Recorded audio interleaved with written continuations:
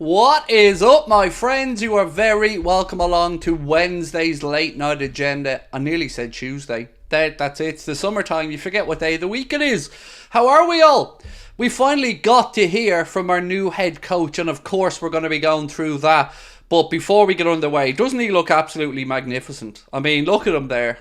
Full tan, ready to go, looking absolutely... Actually, you know what? I have a better one. I have a better one. I like this one more. There we go. Full tan, ready to go, looking smexy. New Liverpool coach. It feels weird seeing Arne Slot finally in a Liverpool top, holding up a Liverpool shirt, but it is what we have wanted, so I'm absolutely buzzing. We've got something to talk about tonight with regards to the new gaffer. First super chat of the night was in before I even started, so I'm going to scroll back up to address Chris's question. Firstly, Chris, thank you, my friend, as always. He said, Craig, do we know when Sky will confirm match day 2 televised games? I've a chance to get to the Brentford game. I would hang off a little bit, mate, but as Mark said, keep an eye on the Premier League app. Make sure you're following Sky and TNT Sports as well on socials. And as soon as the fixtures are announced, we'll adhere to let you know as soon as we can, bro. And we hope you do manage to make it to the Brentford game. And thank you for the super chat. Mark's gifted 3 memberships as well. Thank you, Mark. Top man. Appreciate that. Are you ready? Arne Slot. La la la la la. Arne Slot. La la la la la. How good is it to finally see the man? Now, I have a few notes on Arne Slot. I have a couple of notes on his interview today that I'll go through as well over the course of the next 2 hours, probably. Gavin Glynn, hype, we love it. Thank you for the super sticker, bro. I do love a super sticker, Gavin, I do. Yes, so hype, let's go. Scotland 1-1 as we start the stream as well, by the way. They had gone ahead through an own goal, and then a bit of a defensive mistake let Xherdan Shaqiri score a banger. There's no other way to describe it. If you haven't seen Shaqiri's goal, it was an absolute beauty of a strike. Scotland defensively all over the place there, but what a strike. And yet another goal from outside the box at this Euros. It's crazy the amount of amazing goals we're seeing. But I tell you what, so far it hasn't let us down as a tournament. There's been good football, plenty of goals. Fans have been amazing. Yes, so let's keep me up to date with what's going on there, please, my friends. And I'll do my best to keep you up to date with what our gaffer has had to say today. And it's good to be able to say that, by the way. It is good to be able to finally say, yes, I can tell you what Arne Slot has had to say. And we've got some transfer news as well tonight. Lots of stuff starting to come in around Leny Yoro and Liverpool. Still not giving up the ghost there. We're going to talk a little bit about competition in a couple of places. How Liverpool, according to one paper or one outlet, have put a bid in for a forward. We'll talk about that as well. And of course, we'll talk about what Mr. Arne Slot had to say. Robert did well for the first goal, said Goomy. Yeah, it was a little bit fortunate, but you don't buy a ticket, you don't win the raffle. Scotland bought the ticket, they won the raffle. And then Shaqiri also seemed to have bought a ticket and he won the star prize. I mean, what a goal. Transfer news, great. Yes, Chris, we finally do have a little bit of transfer talk to go through. And but the main news, as you can see, and the thing we're going to start off with tonight is, of course, the fact that we got our first Arne Slot interview today. As always, Peter McDowell conducting the interview did a great job. Peter's a top interviewer, top whatever you'd like to call Peter McDowell. He's very good at what he does. I always enjoy Peter McDowell hosting any interviews or any content. He's very good at his job. And yeah, it was lovely to see. Thought Slot looked super with a tan. He looked brilliant. I'm very jealous, you know. I was looking at his tan and thinking, okay, we might be both bald. We might be both handsome. But he's definitely far more tanned. So yes, I've got a lot of jealousy on that one. So look, let's start off with the new gaffer and some quotes from Arne Slot. And by the way, some people are already having a go at me in the video from earlier on. He's saying, Craig, he pronounced his name perfectly right at the start of his interview with Peter McDowell, and you never even tried. It's because I can't roll my tongue as good as Arne was able to. I can't quite get that tongue roll that he can, so I'm not even going to try. But this is what he said about replacing Jurgen Klopp. I've seen loads of games of Liverpool, a lot of games of City as well. And when you live in Europe, the Premier League is probably the nicest league to follow. So yes, he's done a tremendous job over here, and I'm really happy with that as a fan. But now, as his successor, he left Liverpool in the best possible way. I think so. A very good team. The fans are very good as well, and I'm looking forward to it. So one little note, very early doors, that I would have for our new head coach, who I'm very excited to have at the club, is don't be thinking there's a rivalry between Liverpool and Man City. There was probably a healthy rivalry between Jurgen and Pep, two great coaches, no doubt about that. But Arne needs to learn very quickly that there's no rivalry because they're cheats and we don't like them. Well, in my opinion, they're cheats. Well, in the opinion of the Premier League's panel so far, they seem to be accused of cheating. And I don't like the rivalry side of it because there isn't. Because there's no respect in it. It's a one-way thing. City want to be relevant, and we're just putting up with them for the time being. But other than that, I thought it was a great interview. Some good insights. We also found out we'll have a new goalkeeping coach coming in as well, so we'll talk about that. More comments from your comments? What's a comment? More comments from Jurgen. No, Jurgen, I've done it already. I've only gone and done it already. I've called him Jurgen once. If I did that in the bedroom, I'd be in trouble. Right, Arne Slot on pre-season.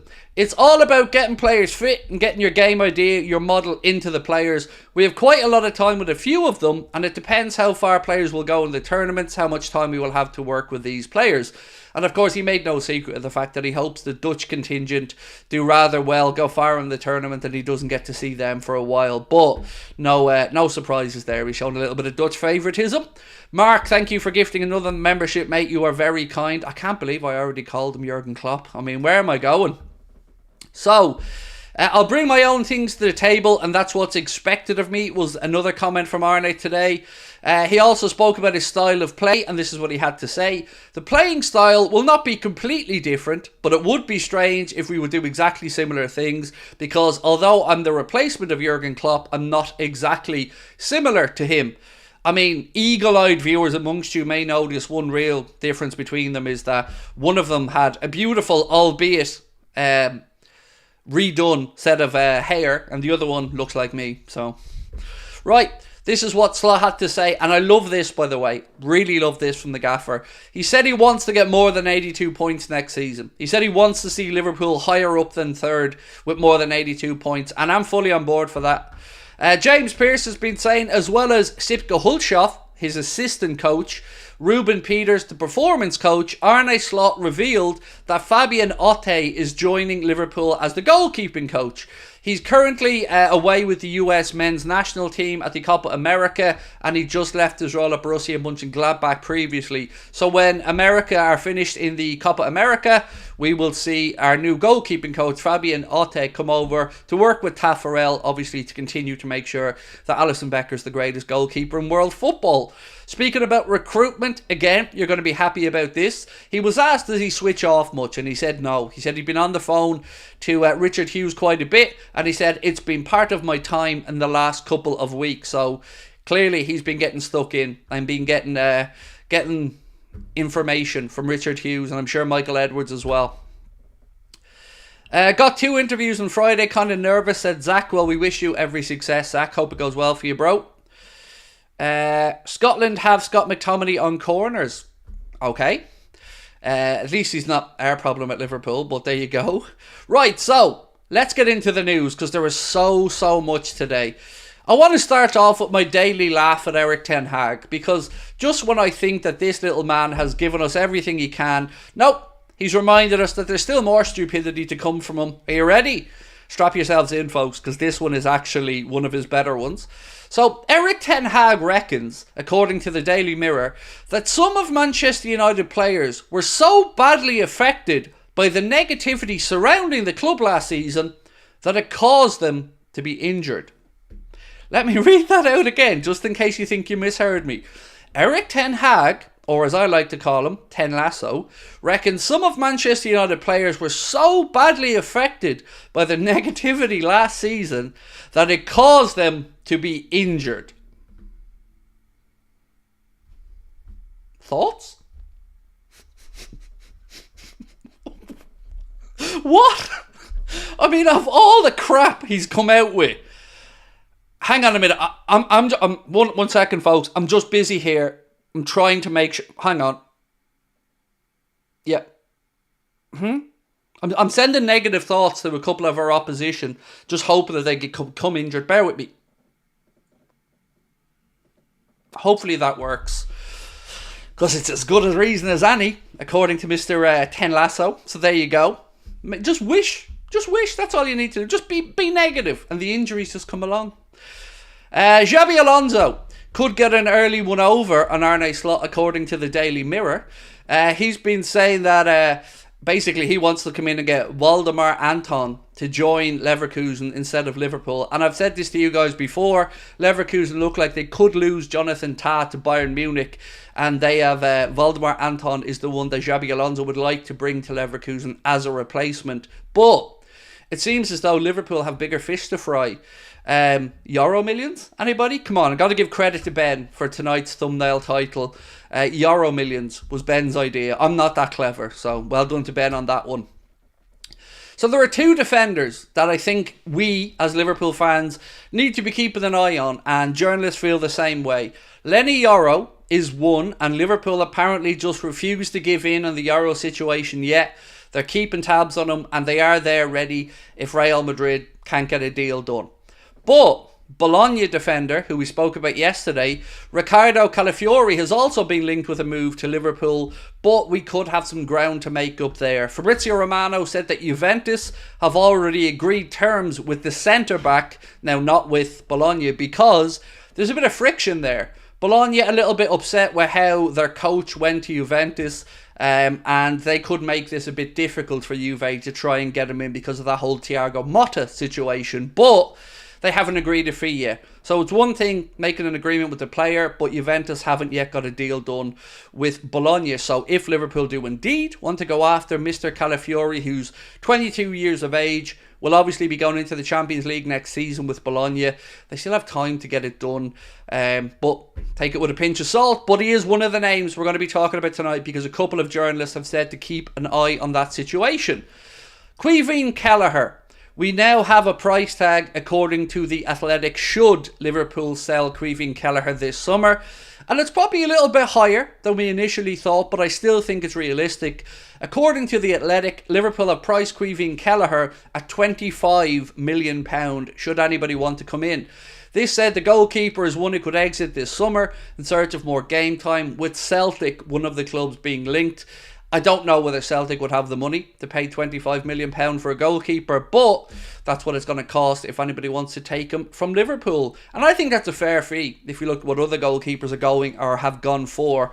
I think Caoimhín Kelleher, established international, very experienced at this point as a number two, played half of last season for Liverpool. £25 million of anyone's money sounds about fair to me. Right, what else have we got going on? Man, this guy is hilarious. I'm a national treasure, bro. I've been saying it for years. YouTube, you knew. You're lucky. Consider yourself one of the lucky ones, you know. Those of you who are here at the start of Anfield Agenda's rise to superstardom will remember the good old days. But for the Johnny-come-latelys and the millions who are going to come along in some way, they'll realise that they've been wasting their time for so many months and years, because the best of the internet's been right over here waiting for you. So come on in. There's plenty of room for everybody. But remember, hit that subscribe button, drop a like on the video, and keep your thoughts coming, because there's loads for us to get through tonight. Arne Slot! La la la la la. Please update me. Excited by the thumbnail. Well, I will, Alex, don't you worry about that, mate. There's a load for us to get through tonight. Tis going to be a busy one. We've got a little bit of a good stat for Cody Gakpo as well. He's been the highest rated player in round one of the Euro games so far. Who Scored have ranked him with a score of 8.88. So, we ready to trust him on the left side? Because looks like he could be a very good option there. And on that, I'm going to leave you a blue ball for a little bit. I'm going to leave you a little bit, because I want to come back to talk about a potential incoming, but I don't want to give in too quickly. You wouldn't respect me if I just gave up the news that quickly.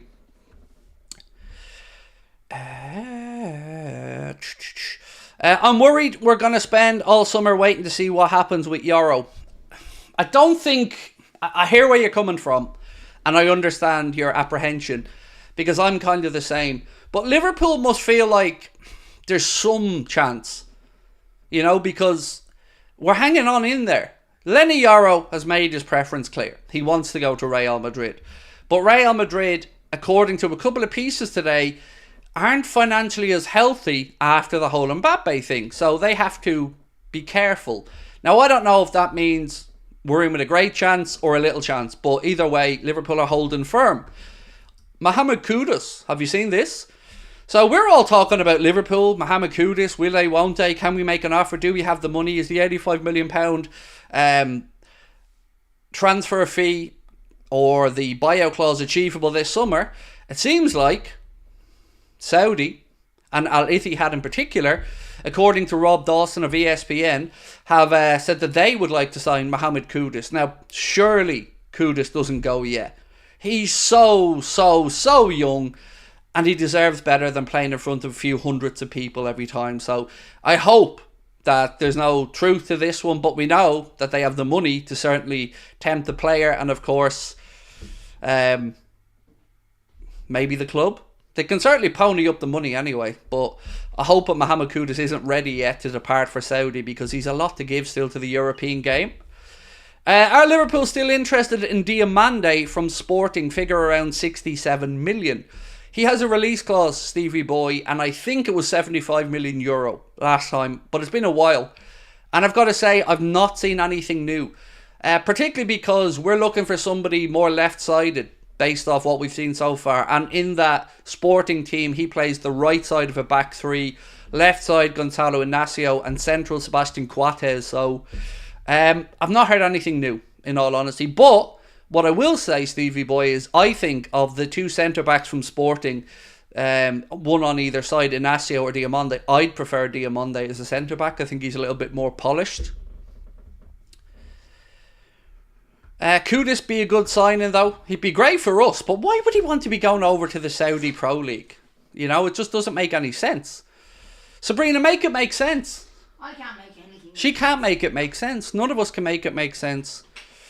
So yeah, I hope there's nothing to that, because I think he still has a lot to offer, and I don't really want to see him going over to the Saudi Pro League just yet, because he's only just come into the Prem after moving from Ajax. So whether Liverpool trigger that clause or not, I guess we'll find out. But there is a lot of action happening today. Are you ready for your blue balls to be eased somewhat as I go through the transfer news? My wife's looking at me here very strangely. I've been tickling them, Sabrina. You know how it is. Tickling them. Cuppy in the hand. But not yet. It's not quite time yet to Craig Max. Not quite time yet. Oh yeah, I've renamed Climax and it's now called Craig Max. Don't ever say that to me then. Don't worry, you'll never have to worry about Climax and love. Never going to happen. Not when I'm around. Not on my watch. Anyway, I best let you go. I have an audience to get to. Right, anyway. So, Fabrizio Romano has said that Liverpool are strongly interested in Leny Yoro. They've made it clear to the agents of the player that they're really pushing in case Real Madrid will not proceed with the deal. And the only thing that could really stop Real Madrid proceeding with the deal is money at this point. You know, they have to agree a fee with Lille. Lille want about 50 million quid. Real Madrid have only offered, I think, 26 based off the last thing I'd seen. So yeah, there we go. Are we talking about bins? No, not yet. By the way, if you're new to the channel, don't worry. Me and my wife have this kind of very Irish relationship where we absolutely slaughter each other. It's all good. I'm well used to sleeping on the sofa. Right, here's a mad one. Aston Villa have agreed a deal with Chelsea to sign Ian Maatsen. Fee for the 22-year-old, according to David Ornstein, is going to be about 35 million quid plus a few clauses, taking it up to about 40. But there you go. That is a good piece of business. He's a good player, Maatsen, and yes, looks like he's going to Aston Villa, who are still trying to get that deal sorted for Douglas Luiz to Juventus. Weston McKennie not going to come in the opposite direction. There's talk of Rabiot, but then Rabiot apparently wants to go to Manchester United. I wonder why. Money is the answer. Can't be for football. It's money. It's got to be money. Surely it's the money. Speaking, did you see yesterday over in Germany, Signal Iduna Park was doing its best Old Trafford impression as the rain came in through the roof of the stadium? I'm sure you've seen that. Now, ladies and gentlemen, please do hit that subscribe button. Drop a like on the stream for me if you haven't done so already. And as you can see from the link at the top of the chat, we have released 75 more tickets for our show in Liverpool, the Hot Water Comedy Club, with myself and Mr. Carl Porter. There you go, Craig. Hide that one though. Myself and Mr. Carl Porter are going to be on stage together and separately. But if you want to come along and see us, you can get your tickets for just 15 quid. They are on sale now, the additional ones, but when they're gone, as they say, they're gone. Cardiff tickets as well. It's an all ages event. Tickets are priced at just £15. And although it is an all ages event, I can't promise I'm not going to swear. So it's on you, parents, if you bring your kids along. Right. NICO Williams. Let's talk a little bit about NICO Williams. Not our old NICO Williams, but the NICO Williams of Bilbao. This piece here from HITC has said, Athletic Bilbao forward NICO Williams is continuing to hold out for a big move this summer. Liverpool are amongst the Premier League clubs to have been linked with the Spanish winger, who signed a new contract in December that will tie him down at Bilbao until 2027. HITC have reported that Liverpool are in the race along with Arsenal, although Barcelona is believed to be his dream destination. But we all know what Barcelona really want. They want Lucho. And another report today has said that Barcelona are planning on meeting with Luis Diaz's agent soon. This said the agent of Luis Diaz will reportedly meet with Barcelona chiefs in the United States this week to discuss a possible summer switch from Liverpool. Speculation from Colombia this week has claimed that representatives of Diaz are set to imminently meet with Barcelona chiefs in America. The Spanish have been linked with a winger for months. Now, where do you go with this? Look, I love Lucho, but as with any player, if you don't want to be here, and we don't know that he doesn't, by the way, we know he's always longed for Barcelona, and that's okay. But if they have the money and we sell, fair enough. If they don't have the money, I just hope this isn't dragged out all summer. But it looks like we have eyes on a replacement. And the replacement, well, it's quite exciting. So, Caught Offside have said that Liverpool appear to have found a replacement for Luis Diaz, who's been heavily linked with a move to Barcelona. According to Caught Offside, are you ready? Are you ready? You ready for them blue balls to be no longer blue? Apparently, we've lodged an inquiry with Napoli for Kvaratskhelia. Now, we spoke about this yesterday. Kvaratskelia's father and agent were very forthright and honest in saying that they want out of Napoli. And it seems to be us and PSG are the two strongest linked clubs. And I would have to say, I hope we get there ahead of PSG, obviously, because, you know, I like us and I'm not very fond of them. But if we do have to replace Diaz, NICO Williams or Kvaratskhelia, I think most of us would be happy. Can we get a poll, Ben? Not for dancing on, that's for later. Can we get a poll for now to say, who would you prefer? NICO Williams or Kvaratskhelia? By the way, Ben, feel free to cheat and just say Kvara, because I do that all the time. Because let's be honest, mate, trying to spell Kvaratskhelia is not, you know, for idiots like us, bro, it's not too easy. Coach Bill has said there's too much noise from his camp, he can leave. I'd rather Lucho than him, said Mike Johnson. Look, mate, I don't think any of us want to sell Lucho.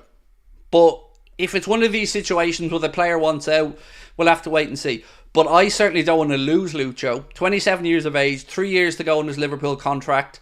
Yes, I feel like we could do with a little bit more end product, but I do think I'd like to keep him. Because I think he's a great player, in all honesty. Here's an interesting one that was posted on X by an account called Jurgen Press 2. And I like this. It said, Arne Slot only needs to add one FA Cup in his first 6 years as Liverpool manager to match Mikel Arteta's Arsenal legacy. Which is a bit mad, right? That is a bit mad. Because I will sit here and I will tell you that Arteta's doing a great job at Arsenal. And you'll probably agree. And he is. But one trophy in 6 years? At what point is the real pressure going to come on? At what point does he have to deliver a big trophy? You know, we talked about Klopp's 9 years at Liverpool. We talked about everything that he's won. A Champions League, a European Cup. And loads of people are just like, yeah, he won one. He won one of this and one of that. He still won a shitload of trophies. 1 in 6 years? That's not great. And I think the pressure should come on Arteta at some point, because it's not like he's having to deal with a hand behind his back. He spent £105 million on Declan Rice. And Arsenal are a very good team. But yeah, I hope the media really pulls their finger out and starts to put that pressure on, because he does have to deliver for this to actually be a success with Arsenal. And I'm an interested observer to see at what point the pressure starts to come on Arteta, because he's a bit of a media darling at the minute. Craig, do you think Diaz's dad is trying to push a move to Barcelona? I haven't got a clue. I don't know. But I know one thing. Unless Barcelona can come up with the money, they need to shut up. But that's not the way the Spanish media and Barcelona or Real Madrid really operate, is it? They tend to ratchet up the pressure, lash the guilt trip on, put the whole it's now or never stuff. So let's wait and see. Let's have a look at the poll early doors anyway. It's quite close, this one. We said, who would your preferred signing be? Kvaratskhelia. Ben's just showing off here now with the big long one. Oh, look at me. I didn't need to write Kvara. I wrote Kvaratskhelia. I'm so great. Or Nico Williams. And 54% so far have gone for Kvaratskhelia and 46% are gone for Nico Williams. And well played, Ben. Where's the poll? I can't see it. 'Tis at the top of the chat, sir. 'Tis at the top of the chat. Williams runs down a blind alley. Kvaratskhelia is better one-on-one. Well, they both have pluses and flaws for me. Nico Williams, I think, has a higher ceiling than Kvaratskhelia if he can put it all together. Kvaratskhelia is a great player, very talented, but will he be able to continue it in the Prem? Now, he did have a pretty poor season with Napoli, but Napoli in general weren't great last season. And as his father said, they changed coach 3 times in a year, so that would probably add to the frustration or the lack of consistency from Napoli. So I'm open-minded on it. You know, I can see obviously what Kvaratskhelia is capable of. But right now, I think both of them are a bit of a punt. I said punt, by the way, before anybody gives out to me.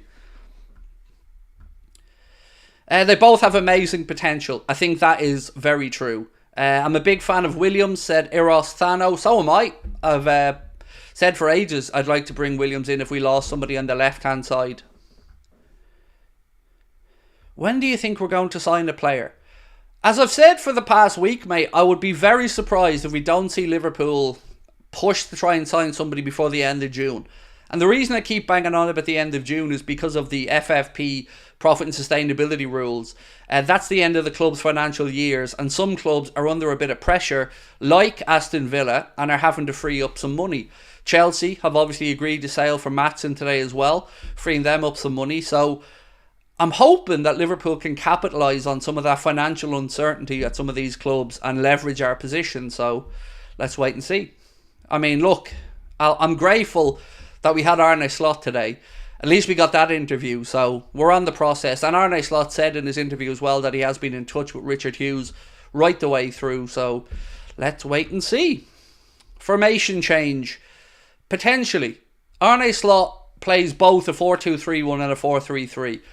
So we have to wait and see what he thinks of the squad and what we look at in pre-season. So I wouldn't expect it to be too far removed from one of those two, though, the 4-2-3-1 or a 4-3-3.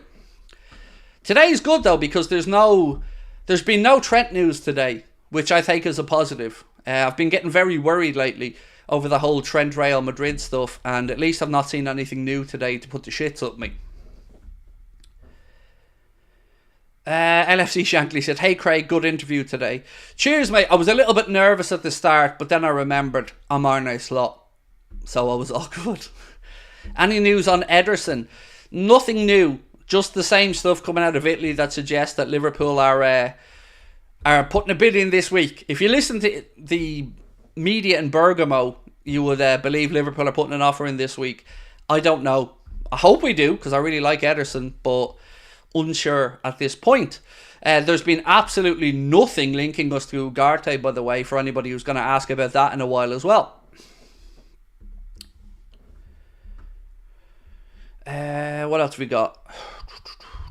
Who do you think our first signing will be? Honestly, I'm not trying to sit on the fence. I haven't got a clue. I don't have a clue. Yeah, no clue. I wish I did, but I'm being honest with you. At this point, We seem to be playing our cards pretty close to our chest. Is Gertrude still on? Well, he's still a Feyenoord, so I guess potentially. NICO is greedy. He wants to be the highest paid player in any team he joins. Well, I don't know if we can say that out. I don't know if that's true. I know he's been paid about €250,000 a week at Bilbao, but we've talked about the reasons for that previously. They spend a lot of their budget on wages because they don't really pay transfer fees, or at least minimal transfer fees because of the catchment area for their players. So it's not unusual to see Bilbao players get a high contract. If he moved to the Premier League, I struggle to see a world where Michael Edwards will throw 200 grand a week at him. Especially at that age. It's very unlike Liverpool.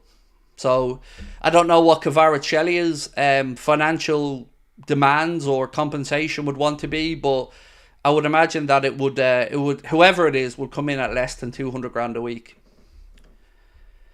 Arne is real. I feared he was the Dutch Santa Claus, said Roger, and thank you for your super chat, Roger. I don't know how I feel about Yoro. I don't want the player who be used as a stepping stone for Madrid. Me personally, I wouldn't sign him. I do get where you're coming from.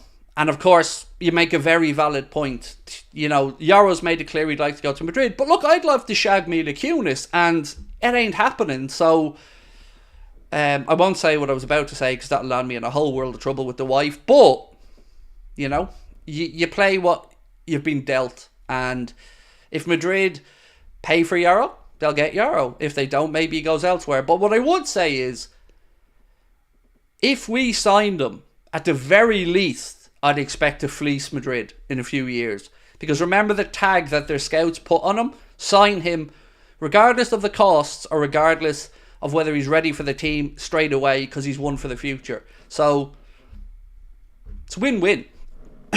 But I still don't think we get him, to be honest. Right, I need to take a drink. What's a catchment area? A geographical area where they can sign players from, because Bilbao only sign players from the Basque region. So yes, they have a small area where they can sign players from, really. Best way to describe a catchment area is probably thinking of a primary school or a secondary school. You move into an area and you have to fall within a geographical location to be able to go to certain schools and stuff. Craig, have you been enjoying the Euros? Look, I'll be honest with you. I'm not the biggest fan of international football. But this has been a very good tournament so far. The standard of football, the intensity, the fans, I think it's been incredible. Germany look like they're doing a good job, although there has been some transportation questions. Yeah, it's been enjoyable. And I'm looking forward to the Copa America as well. Now, I have an announcement to make that you're not going to like. But I'm going to be honest. Top of the league's gone. It ain't happening.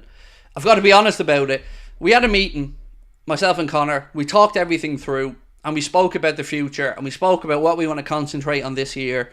And our goals for the channel and our business. And basically, we looked at it like this. We're starting a podcast next month. Myself and Jack Gill are going to be starting an Anfield Agenda podcast. And that's going to be coming out.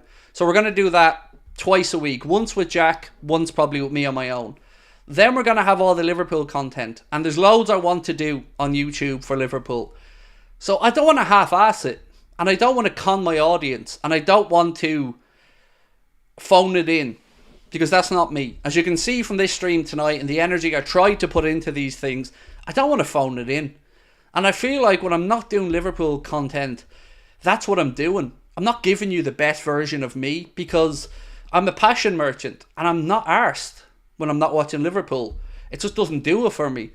So yeah, that's the reason. I don't want to impact Anfield Agenda negatively by not giving you guys the amount of energy I should.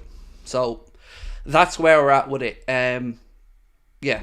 So I wanted to be upfront and honest so nobody's asking me, although I'm sure I'll be asked about it, and that's where we're at the minute. Right, what's this one? Sorry, I'm reading my own notes. Oh, Kone. Manu Kone is available this summer for just £15 million. Last summer when we were being linked with him, it was 30 million quid that we were being asked, but apparently Mönchengladbach this summer are willing to sell him for just 15 million quid. Frimpong news, there isn't any. You know, whoever wants Jeremy Frimpong knows 40 million euros, the buyout clause at Leverkusen. After that, you've got to agree wages with him and his agent. But yeah, if you want them, 40 million euro, which seems like a pretty good price. Now, you'd have to, for it to be feasible for us, I would say you'd have to probably end up losing Trent. And nobody wants that to happen. So I would say we don't need Frimpong at the minute unless something happens with Trent. Are you still going to do big games? Unsure, genuinely, because I want to just be honest and enjoy what I do. And this never feels like work to me. But doing the non-Liverpool stuff, I just feel like we end up talking about food. And that's cool. But yeah, I don't want to waste your time. Who would I like us most to bring in? Said Alexander Carl. Antonio Silva, Ederson, and Nico Williams. But I want us to sign Chiesa, regardless of what happens with our forward line. And I think I probably need to explain this. I like the idea of signing Chiesa, regardless of who's at the club. But I wouldn't like to sign Chiesa as a replacement for anybody, because I don't think we can depend on him enough to be a replacement. It's a bit of a punt when you take a risk on Chiesa at the minute. Yes, he's had injuries. Yes, he's gone out of Juventus by the looks of it. You can get him for a reasonable fee. So I think we need increased competition for Mo, regardless. And that's why I'd be interested in Chiesa. But I'd be really uncomfortable if we were betting the house on Chiesa. So if you can get him for about 30 million quid, I think that's worth a punt. If not, I think maybe move on. But if we're to replace a player, and it looks like that player would probably be Diaz at the minute, then you're looking at Nico Williams, Kvaratskhelia, and it's, you know, what you like from those two.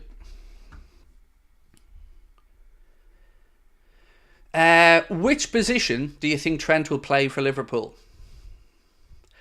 It is a tough one to guess yet, because Slot has done that whole inverted fullback thing. So it's difficult, and it's going to be interesting to see Trent, because I believe Trent's going to start for England tomorrow as well. So let's see how Trent continues to go with Southgate in England. But I'd rather him in a double pivot in midfield with Conor Bradley at right back, if I'm being honest.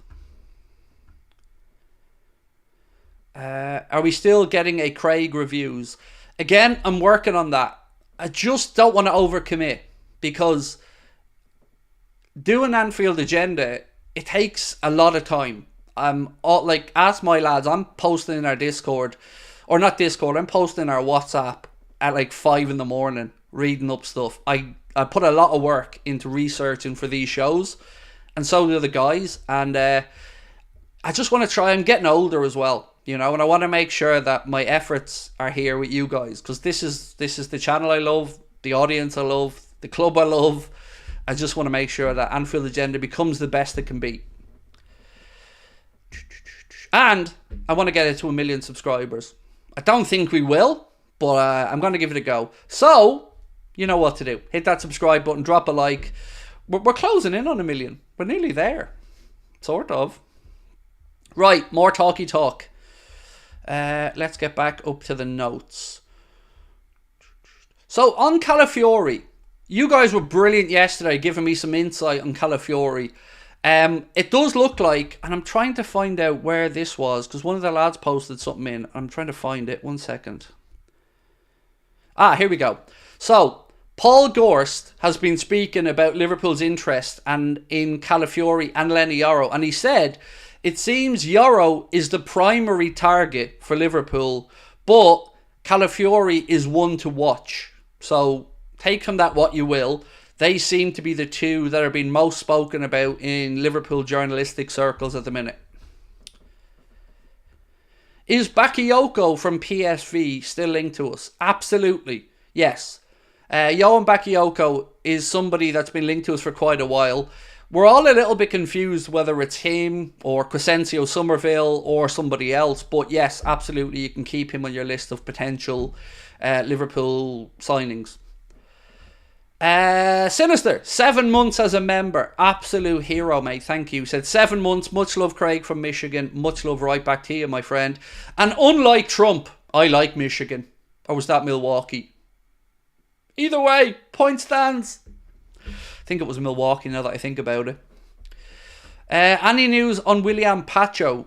Nothing. No, nothing. Again, just because there's no potential news, I wouldn't worry about it. You know, we're known to be a club that can be stealth in our business. Pacho's been mentioned, but, you know, who knows at this point. It seems like, according to Paul Gorst in the journals today, that Yoro and Calafiori are the two to keep an eye on.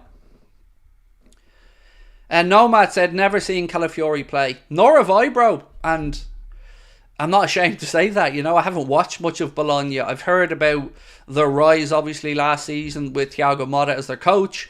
I know that they got into the Champions League, but yeah, I've not really watched them at all. If the top targets are Yoro and Calafiori, then we'll be in a good place. Both good for now and for the long-term future, said Harry. I agree. You know, 118, 122. Certainly plenty of longevity in both of those. Has Barella been called off? He's signing a new deal. In fact, he may have already signed it. It's been announced. I think Fabrizio posted it as well to say that he will be signing a new deal. And I think it's going to make him the highest paid player in Serie A. I can't believe I've been a member for 10 months, said Robert. Such an honour to support you, Craig, and your channel. Thank you, mate. I'm really lucky. I've got the best community on YouTube, and people think we're joking until they join our community, and then they get to see the amazing people I get to interact with every day. So it's a pleasure, mate. Thank you for being with us. And I cannot wait. I've gone from being scared for the last 2 ever live shows we're doing. Now I'm just buzzing. I'm ready. And I'm going to put on a fun night. So, Cardiff, Liverpool, tickets, link, chat, top, scan, QR code, corner. You know the rest. Really do hope you guys can come along, because it's going to be an incredible night. We're going to absolutely rock Liverpool and make sure that our last ever stage show is one to remember. And I could think of no better place to finish up than in Liverpool. So make sure you get your tickets. Myself, I've always been honest with you, I'd go to the Cardiff show. That would be the one. If I was picking a ticket to go to, I'd go to Cardiff. So if you're around that neck of the woods, make sure you come along, because Cardiff's the only show where you're going to get to meet the whole team. Myself, Chris Stonage from years gone by, Connor, all of our partners, Ben, my son Lucas, my wife Sabrina, we're all going to be in Cardiff. Is Xavi Simons an option? No, not for us by the looks of it. I think Leipzig are trying to make that permanent. PSG are certainly open to selling him, but I've not really seen many links for us and Xavi Simons, so I would say most likely no. But again, what do I know, you know, so don't take it as gospel. Your tip for the Copa America. I'm going to go with Uruguay. You know, I'm going to back Darwin and I'm going to back Uruguay to get it done. But you can't look past Argentina. Obviously, World Cup holders. They've got the greatest player of all time there as well. So, yeah, you can't look past them. But I think Uruguay are going to be very difficult to beat. They look very well drilled when I've watched them. You're the best, Craig. Make our off-season short to keep up the good work. Love your channel. Thank you, Alex. Always a pleasure, bro. You had a great opening interview today, Craig, said Dark Elixir. Thank you. I was nervous, but my tan really helped me get through it. Yoro is a right centre-back. Calafiori is a left centre-back. Both completely different profiles. Don't see the logic in the latter being the alternative. Either we want both. Look, we get too caught up at times with where somebody plays at the moment. And I'm not saying there isn't a really valid point, Pranav, because you're clearly an intelligent guy and I always enjoy your interactions and the viewpoints that you bring to the chat. But I'm just kind of happy that they're the profile of players that we're looking to be going after. So I get what you're saying, and we still have to consider the future with Virgil as well, because I know I sound like a broken record, but as we sit here, Virgil, Yaros, Trent, and Mohamed Salah have 1 year left on their deals, and we haven't heard of any extensions. So it is difficult to know exactly what we're looking for. Are we looking for somebody who can play across the back line? Calafiori, as you said, can play left back, can play left centre back. Yoro right, but it doesn't mean Yoro can't play on the left side of a defence. You know, it doesn't mean that he can't be shifted across. It's not too big of a leap. So get where you're coming from. Valid points, mate, but I'm just passing on what the journals are talking about. What's this about Somerville? I don't know what you mean. So the only thing I know for certain about Crescencio Somerville at the minute is what Fabrizio Romano said. The Brighton have made contact to try and start negotiations. He spoke about Chelsea's interest, Liverpool's interest, and at the moment, we just don't know with Somerville. But Leeds are going to struggle to keep him. So I guess we'll find out soon enough. What gets me about Somerville is if we really wanted him, I think it would have been done. But maybe I'm oversimplifying it. Do you reckon Slot loved that 7-0 smashing on 7 Hag, said Harry Klein. Harry, of course he loved it, but it's really important, mate, that I take you back to what I said earlier on about Eric Ten Lasso. So for those of you who haven't quite heard the latest from Manchester United's legendary manager, according to the Daily Mirror, Eric Ten Hag has actually done the following. Ten Hag reckons that some of his Manchester United players were so badly affected by the negativity surrounding the club that it caused them to be injured. What's that phrase about sticks and stones again? I think there's an old phrase about this somewhere, but apparently Ten Lasso thinks differently. Apparently negativity can injure players, according to Eric Ten Hag.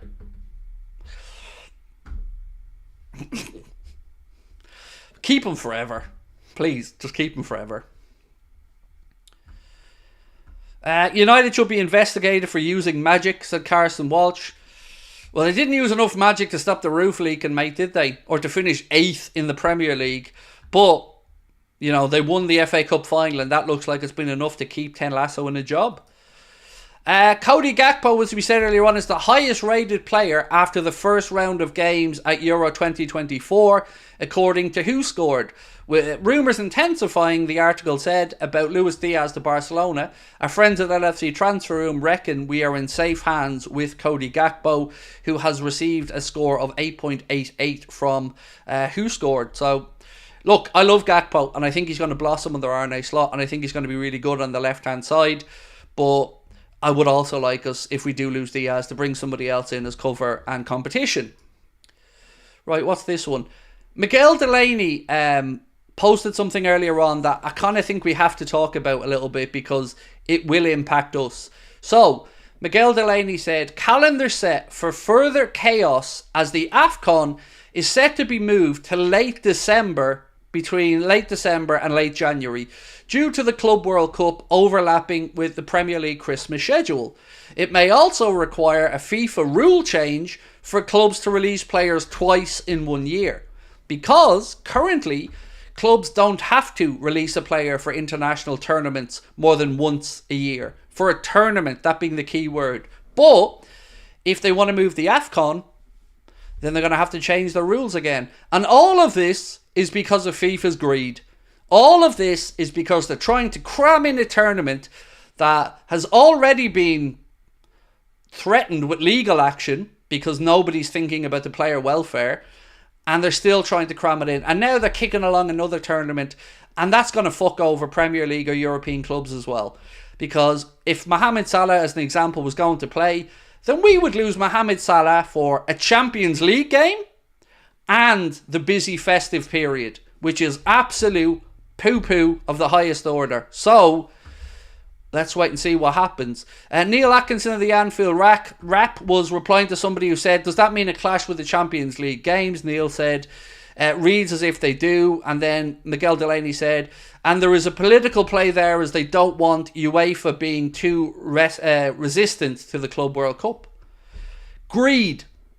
Now, if you're one of those people that think footballers get paid a lot of money and there's no amount of games that's too much, the argument that I'd push back for is to say what happens when these guys are overplayed is the quality of the product that we get to see deteriorates because we're not seeing the best versions of players.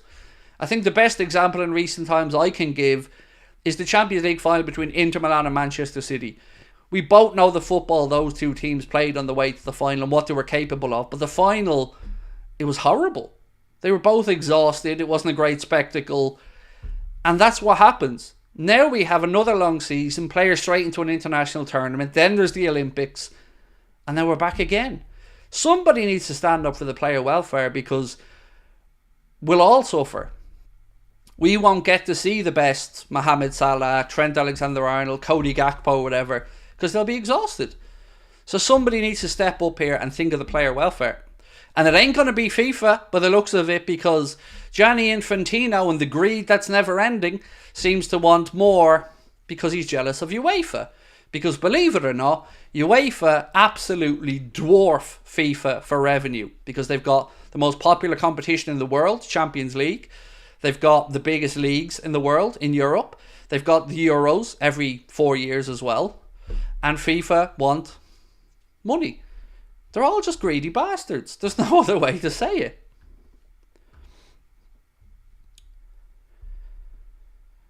Craig, is the podcast going to be live or not? No, never do a live podcast. No.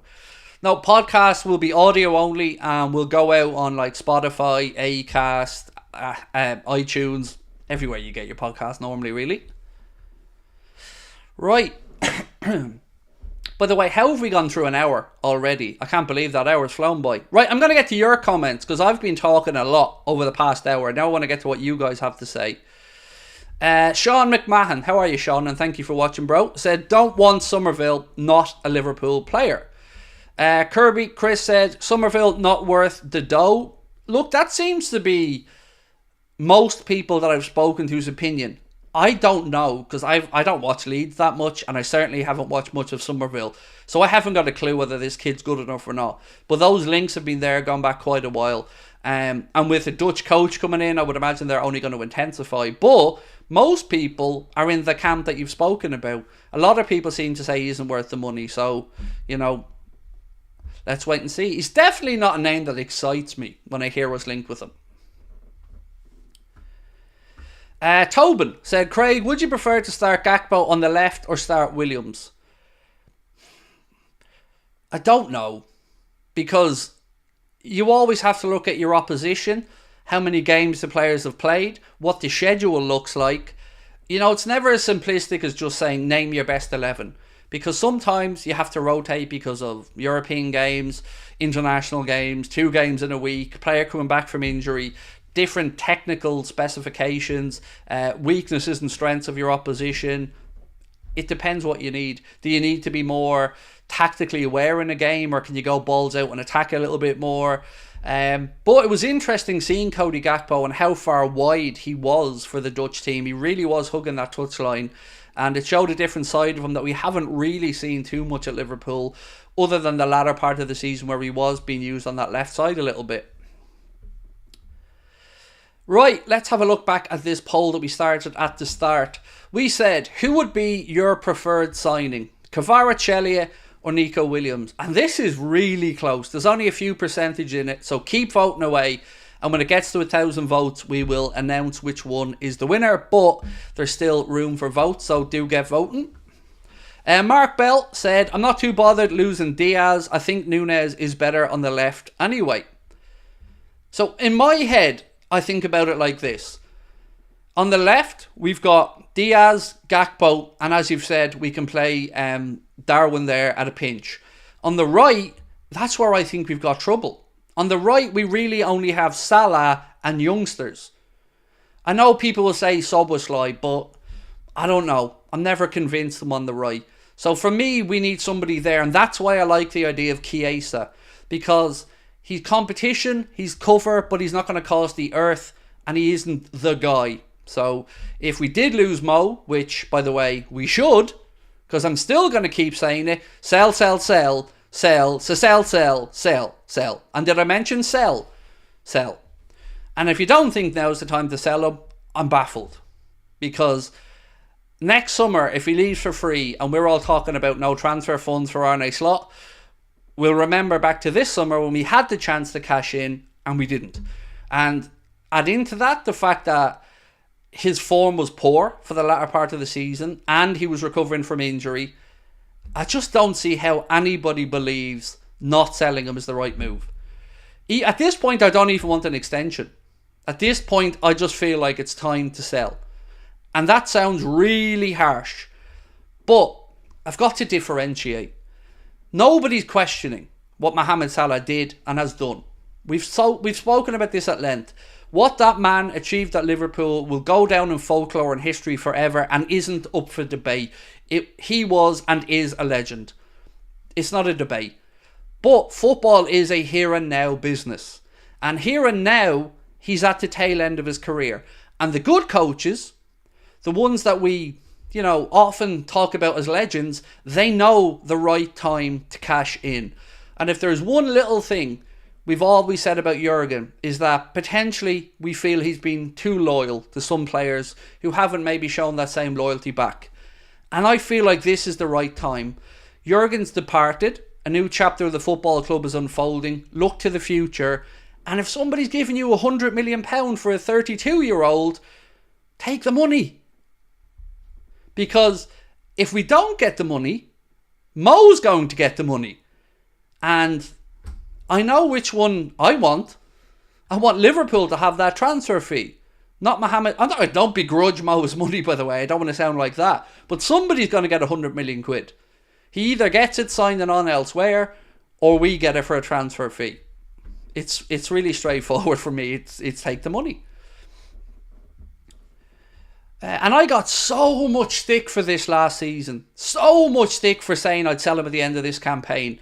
But you know one thing about me at this point. I say what I feel. And I love Mo and I respect Mo. But I also feel like his best days are behind him and it's time to move on. Whether that happens or not remains to be seen. But if it doesn't happen, I think he leaves on a free. And I think it disrupts our season. Because between now and January, all we're going to hear about is January market, pre-contracts, clubs being interested, him leaving on a free. It's going to be just a pain in the arse. Paul Hart said, total agreement regarding international, so let's get rid of the pointless Nations League. This crap can't be justified because now we've more Champions League. You know what I'd like, Paul? Honestly, much love to our African brothers and sisters and friends and family, but they need to be consistent with the tournament. And I know you could point back and go, well, Craig, the World Cup was moved as well. And yes, and we know why that was moved. So we need to be like this with the AFCON as well. The AFCON and the African nation of our African continent have every right to host their tournament, enjoy it. It's a beautiful, colourful event, but it needs to be a summer or a winter tournament, and it needs to be somewhat consistent because it changes so often that it's a nightmare to plan around.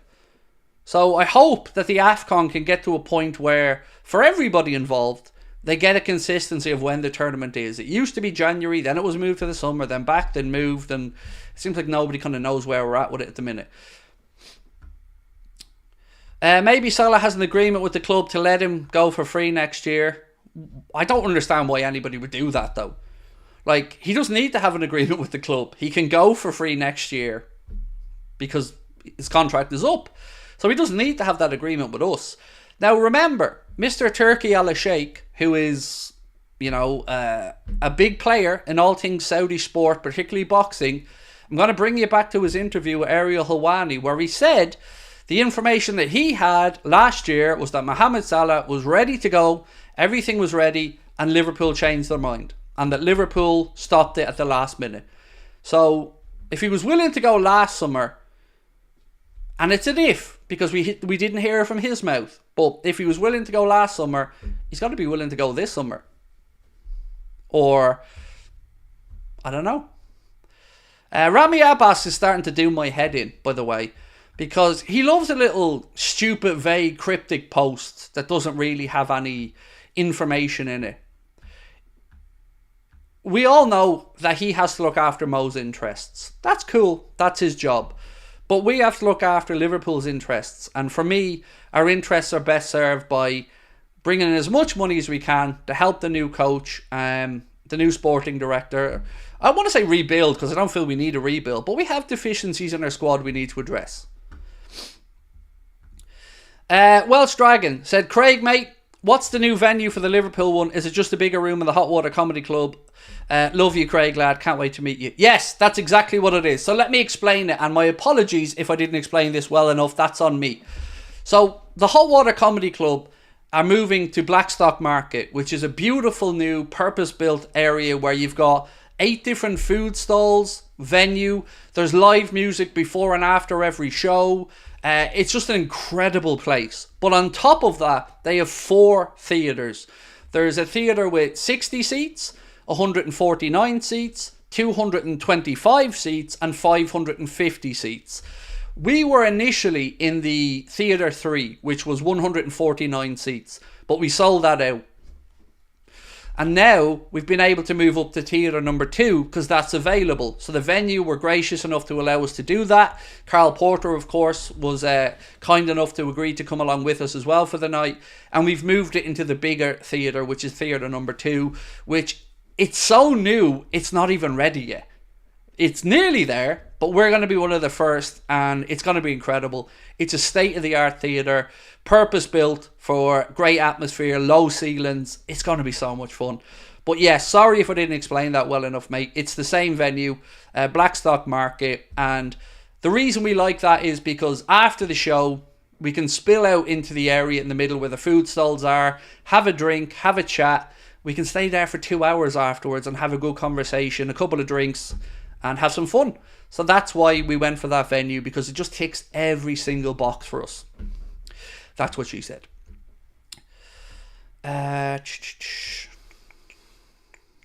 Do we have a list of players who will be at Slot's day one training? Will Carvalho get a chance in the squad? I mean, I'm sure we do have a list somewhere, but I don't have it to hand at this moment in time. There was something actually I wanted to talk about. Who was it that we were being linked to that's going to the Olympics? Who is it's going to the Olympics? Elise. Elise is going to the Olympics. Yes, that was the one. So this piece here said, France under 21 international, 22-year-old has been included in France's squad for this summer's Olympic Games in Paris. The tournament will be held from July 24th to August 10th, with the French under-23s facing Paraguay in the first of 3 warm-up games. So, if anybody signs Elise, us, Chelsea, or anyone, he's going to be quite late back. So, 10th of August, if they go all the way, and you'd have to say France are well capable of it, that's a week before the Premier League kicks off. So, you would get no pre-season, basically, with Michael Elise if you signed him this summer, be it Liverpool or anybody else, because he's playing in the Olympics. Kyle said, Craig, your thoughts on the Slot interview? Sorry if you've already answered it, I'm just a bit late. Mate, absolutely no problem. I thought it was a good interview. I'm really happy we got to see it. I think Peter McDowell as always did a great job, because I think Peter McDowell's magnificent at what he does. There's a couple of little things that if I was in Liverpool's media team, I'd probably whisper into Slot's ear for his next interview. I know that he's a big fan of Pep Guardiola and the style of football Guardiola plays, right back to those Barcelona teams all the way through. I get that. But I feel like he needs to stop speaking about Manchester City from the perspective of it being a rivalry, because it is and it isn't. It isn't so much as it's been us and them a lot of the time, now Arsenal of course as well, fighting for the title. But we don't believe it's a rivalry because we don't believe it's built fairly. So for me, I think he needs to understand that side of why Liverpool look at City with such disdain. On top of that, yeah, I thought it was good. I think it's different because he's not Jurgen. Jurgen is just that. I'm not saying Arne Slot isn't charismatic, because he very much is. But Jurgen is just like this big bundle of energy and laughs and smiles, and Arne Slot's going to be a slightly different character, but I tell you what, I'm really excited.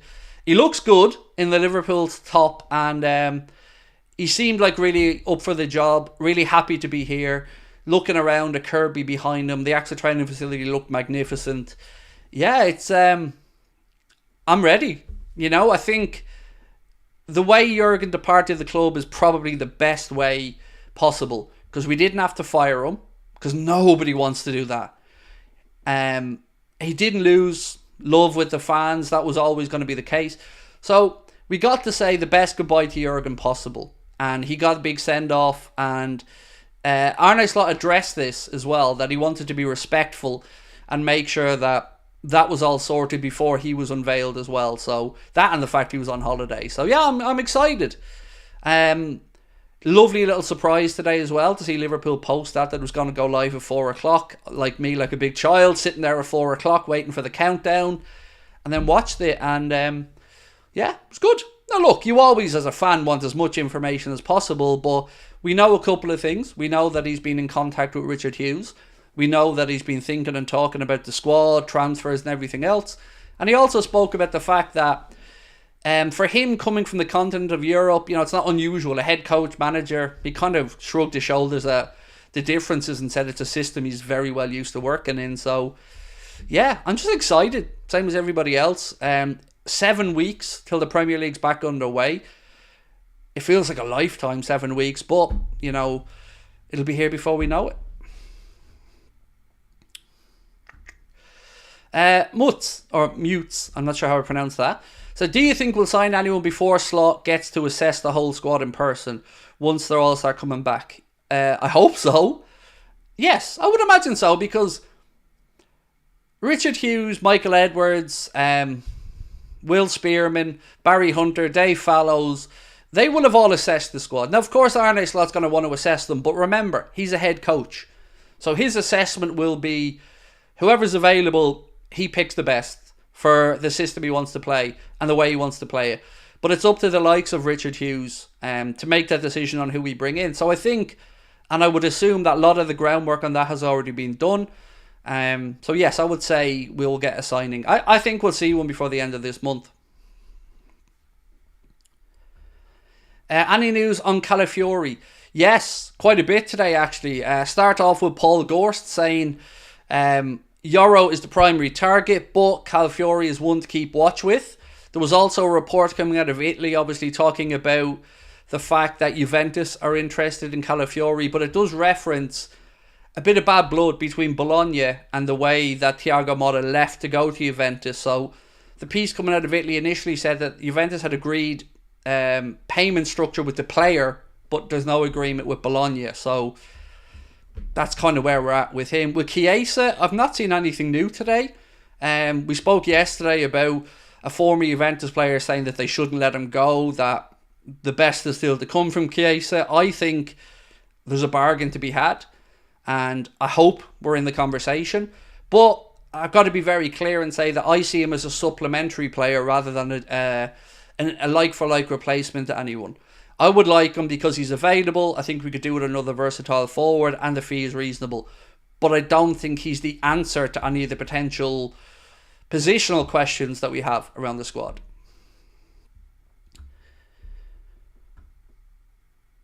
Someone saying 2-1, but he's offside. Yes, so it is still 1-1 in the Scotland game. That Switzerland goal been ruled out for offside. Why would he sign an extension and then leave 8 months later? Who are we talking about here, Tom? Sorry, mate. You're gonna have to give me more than that, bro. Are we talking about Calafiori, or I don't know? Give us the name and I'll try my best to answer you. Right, my friends, do hit that like button for me, please, if you have a second. Every single one really does help us, and of course, if you haven't subscribed, we'd love you to do that as well. Oh, and another thing, we've got some prizes for the live show as well. We do a quiz at every live show. We do... you know what, I'm going to tell you because I think it's fun. Every time we do a live show, we do a quiz. And the quiz is called John W. Henry's Who Wants to Be a Millionaire Transfer Budget Edition. And we do it every time. We pit two of the audience against each other, and we do the whole Who Wants to Be a Millionaire thing.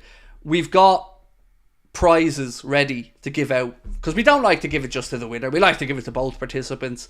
So we've got some really cool prizes ready to give out on Cardiff and at Liverpool as well. So yeah, again, we're going to make sure you guys have a great night if you come along. And I want to make one thing really clear before you buy your tickets. I'm not doing a fucking tap of work. You are doing the work. And if you think I'm lying, ask people who came to our other shows.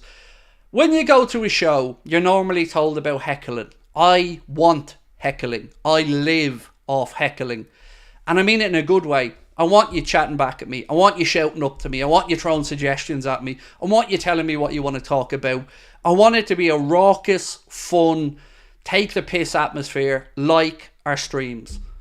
That's the vibe we try to do with the live shows as well. So you're going to have a fun night, and it's not going to be one of these sit there quietly. That's not the way we roll. You should know that by now.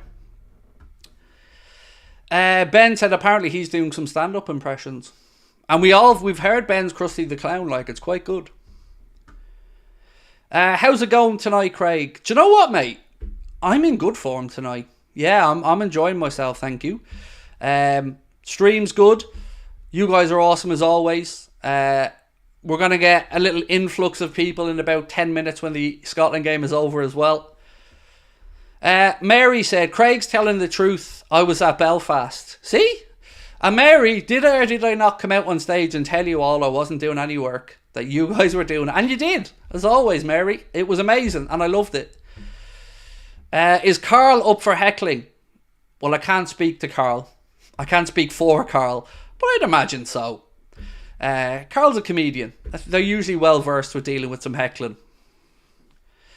Robert said, I was at the Belfast show. It was amazing because of that vibe. Thank you. And it kind of happened by accident at the first show we ever did in Dublin.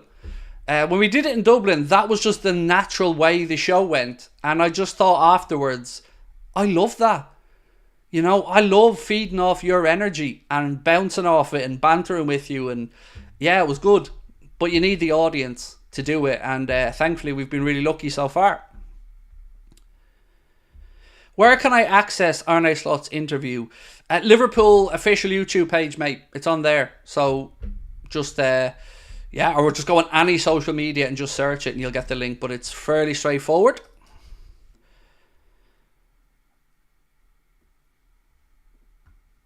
Apparently Todd Bowley's just made £100 million bid for the own goals that are leading the goal scoring charts in Euros 2024 so far. So he doesn't stop. Go for both Yoro and Calafiori, said S. Jim. Oh, can you imagine? And do you know what the mad thing is, mate? Yoro, wherever, like, if he does move, maximum is going to be 50 million, which in the long run will just end up looking like an incredibly cheap deal for him. Let's have a look at the poll. Oh my God, lads, this is tight. And we're nearly at the 1,000 votes. So we've a couple left to go before we finish the poll, but I think this is the closest poll we've ever had. We said, who would be your preferred signing? Kvaratskhelia or Nico Williams? And there is only 2% between them. It's 51% to 49 at the minute. Make sure you cast your vote because we're going to be ending that one in a minute or two. He's pulling away a little bit. Still time to get your vote in. Oh, we're nearly at it. There we go. It's over. We've hit 1,000 votes. I can officially announce that the Anfield Agenda audience, with 51%, have gone for Kvaratskhelia, with 49% going for, even though it says 48, for Nico Williams. So that's how close it was. Interesting, because I get it. I totally understand it. You could make good arguments for and against either. You could make good arguments for their potential, their output, their ceiling. Now, Ben, for shits, August giggles. So, this poll, Ben, I'd like you to ask is Diaz or one of the two. It doesn't matter which one. Just pose it as Diaz or Kvaratskhelia / Williams. Which one would you rather? Keep Diaz at Liverpool, or if he sold, bring in one of those two. I'd be interested to see which preference people go for there. Darwizzi said, in my opinion, I think Kwanzaa is going to be better than Yoro. Well, his stats, we ran through his successful tackle completion and his successful pass completion last season, and his stats were pretty good. Yeah, really good actually. He had a better tackle percentage success rate than Virgil van Dijk, and all of our three centre backs that were listed, Kanade, Van Dijk and Kwanzaa, were all really, really, really high in the high 80s to early 90% of pass completion. What's my favourite colour? Black. Black and then kind of really bright luminous green. But black because it's slimming for a fatso like me. But yeah, just black.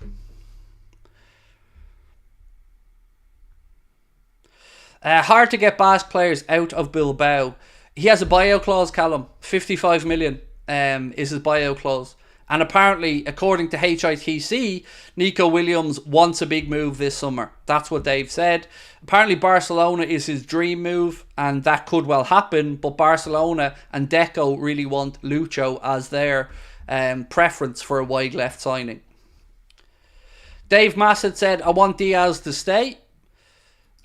I'm absolutely sound with Diaz, mate. I love Lucho. The only thing I've always said is if a player wants to go, and I don't know if he does, but we know he loves Barcelona. And if Barca came in for him and Liverpool agreed a fee, I wouldn't be broken-hearted that he left, but I wouldn't be actively looking to sell him. I think Diaz is great. He does need a bit more end product, but his work rate and his engine's incredible. Craig, would you rather a bedroom fun with Klopp or Slot? Just curious.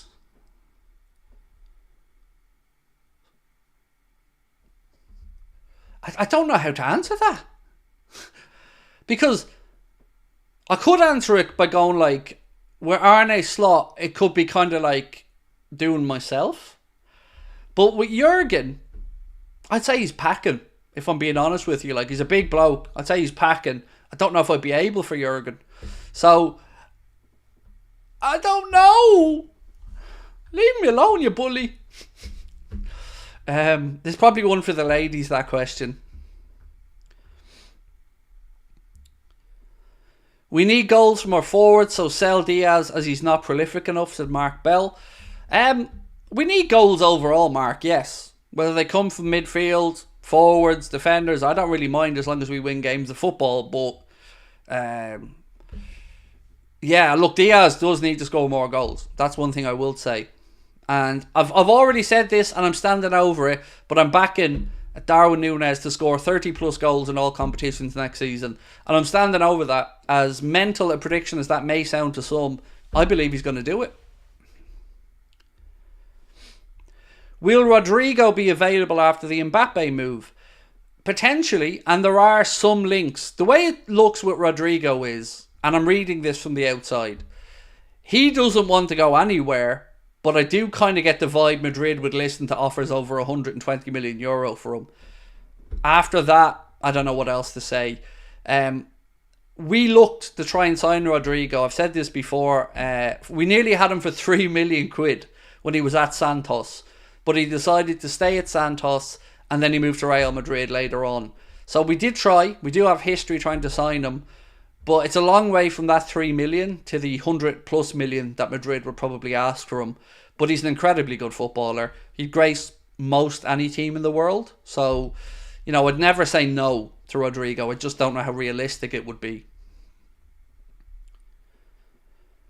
Do you think a signing is imminent, as Slot mentioned that he kept talks with Richard Hughes? I do, but not only for that reason, also because of the whole June financial end of year. Some clubs need to free up money.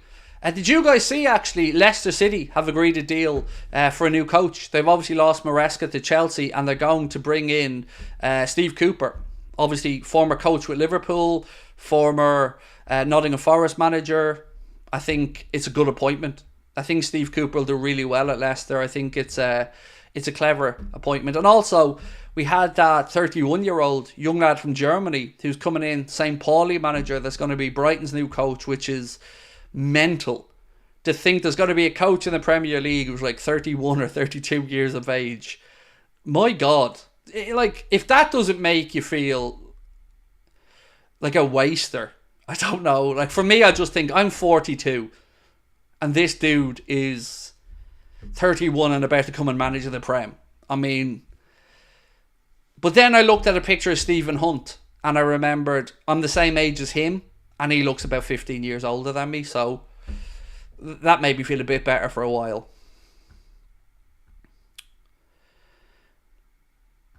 Do you think Liverpool will sign a random player this summer like Waturo? I hope not, because as good a solution as Waturo was, and he played a big part for us last year, and I do love him, I don't buy that we couldn't have done better or can't do better in that position. So I hope not. I think we need some more strategic, strategic's probably not the best word, surgical signings. You know, we know we've got deficiencies in 3 positions. We need to sign those 3 positions. Right, this piece, Anfield Index, are expanding a little bit on the Kvaratskhelia interest, and they say Liverpool's approach to Kvaratskhelia comes at a time when they are actively seeking to bolster their wing options. The club's interest in the Georgian is not isolated, as major European outfits like Paris Saint-Germain and Barcelona are also linked with him. They go on to say, as noted elsewhere, Liverpool have made contact with Napoli, indicating a serious intent to negotiate. The potential sale of Luis Diaz could free up the necessary funds for this high-profile acquisition, valued at around €100 million. In conclusion, Liverpool's pursuit of Kvaratskhelia is a testament to their strategic planning and ambition. As the transfer window progresses, all eyes will be on how this potential move develops, potentially reshaping the team dynamic at Anfield and beyond. I mean, I like it. Shout out to Anfield Index. As always, I've told you guys this before, I've nothing but love for our friends at Anfield Index. I started my content journey there. And I will never say anything but good things about the people at Anfield Index. And that's cool. That's good news. I hope that that's the case, because it's exciting, you know. Now, I want to take you back to yesterday for a second, because I do have a magical time machine. I don't just look like the new Liverpool coach. I also, you know, redid time travel. So, where are we? Sorry, bear with me.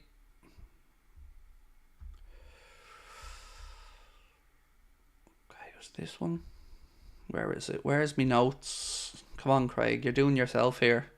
That's what she said.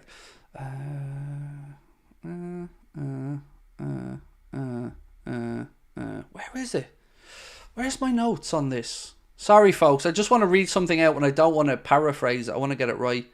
Maybe it was the day before, was it?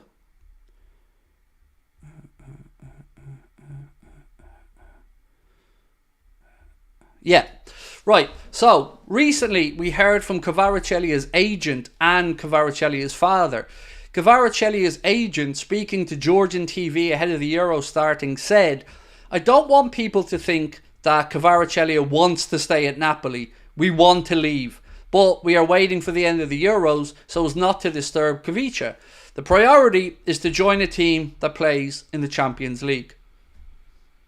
Hi, we play in the Champions League? Kvaratskelia's father also wasn't holding back. He said, "I don't want my son to stay at Napoli. They changed 3 coaches last season and it's hard to play in a similar situation." So they very much want out and have laid their cards out on the table. Now it's going to come down to who ponies up the dough to satisfy Napoli and De Laurentiis. €100 million is a lot of money, especially when you look at the comparable. If you wanted to sign Nico Williams, it's 55 million quid. So there's a bit of a gulf. But we know what wages Nico Williams is on. He's rumoured to be on about €250,000 a week at Bilbao. I don't know off the top of my head what Kvaratskhelia is earning. Maybe somebody in the chat does, but I haven't got a clue. Ooh, we're only 44 likes off 500 as well. So if you can, take one little second for me and hit that like button. So it finished 1-1 in the Scotland-Switzerland game, which I actually think is a decent result for Scotland, because Switzerland are no mugs. They're a good team. But it's going to come down to that Hungary game. They've got to win that. If they don't win that, you can't see them getting out of the group at 1 point, even as one of the third or the 4 best third place teams. So it's going to come down to that game. Robbo against Soboslai.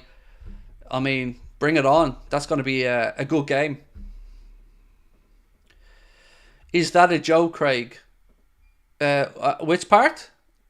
If you're talking about the Kvaratskhelia stuff, no. All of that was deadly serious.